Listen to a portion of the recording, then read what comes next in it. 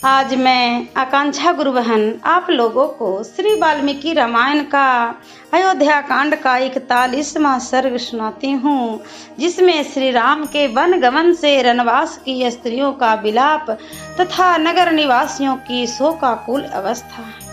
पुरुष सिंह श्री राम ने माताओं सहित पिता के लिए दूर से ही हाथ जोड़ खड़े थे।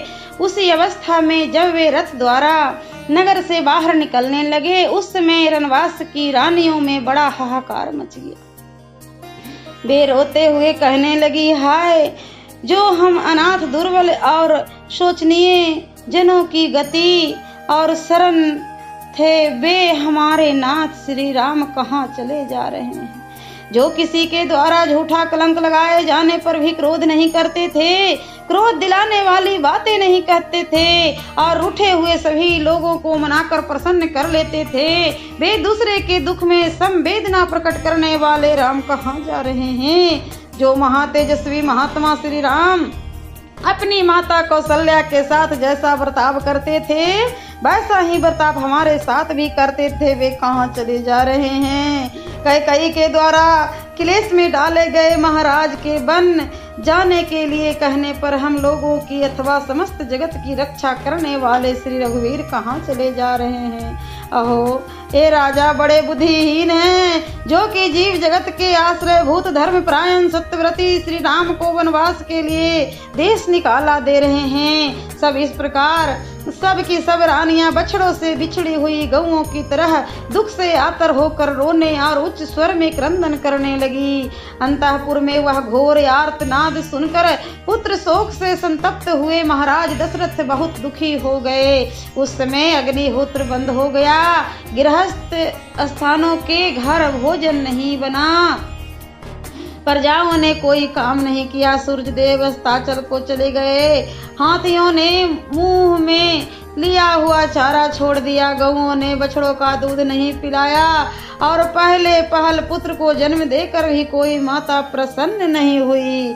निशंकु मंगल गुरु बुध तथा अन्य समस्त ग्रह शुक्र शनि आदि रात में वक्र गति से चंद्रमा के पास पहुंचकर दारुण होकर स्थित हो गए।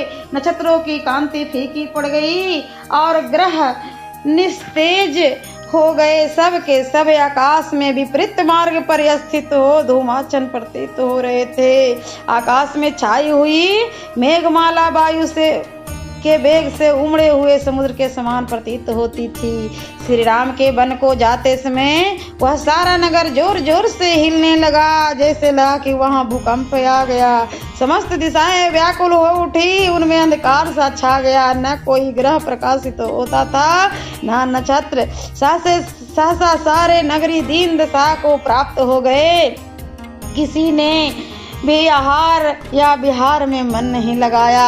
अयोध्यावासी सब लोग शोक परंपरा से संतप्त हो निरंतर लंबी सांस खींचते हुए राजा दशरथ को कोसने लगे। सड़क पर निकला हुआ कोई भी मनुष्य प्रसन्न नहीं दिखाई देता था, सबका मुख अश्रुओं से भींगा हुआ था और सभी शोक मग्न हो रहे थे। शीतल वायु नहीं चलती थी, चंद्रमा सौम्य नहीं दिखाई देता था, सूर्य भी जगत को उचित मात्रा में ताप या प्रकाश नहीं दे रहा था। सारा संसार ही व्याकुल हो उठा था। बालक माँ बाप को भूल गए, पतियों को स्त्रियों की याद नहीं आती थी और भाई भाई का स्मरण नहीं करते थे। सभी सब कुछ छोड़कर केवल श्री राम का ही चिंतन करने लगे। जो श्री राम के मित्र थे वे सब तो और भी अपनी शुद्ध बुद्ध खो बैठे थे। शोक के भार से आक्रांत होने के कारण वे रात में सोए तक नहीं। इस प्रकार सारी अयोध्यापुरी श्री राम से रहित होकर भय और शोक से प्रज्वलित सी होकर उसी प्रकार घोर हलचल में पड़ गई, जैसे देवराज इंद्र से रहित हुई मेरु पर्वत सहित यह पृथ्वी डगमगाने लगती है। हाथी घोड़े और सैनिकों सहित उस नगरी में भयंकर आर्तनाद होने लगा। सियावरी रामचंद्र की जय।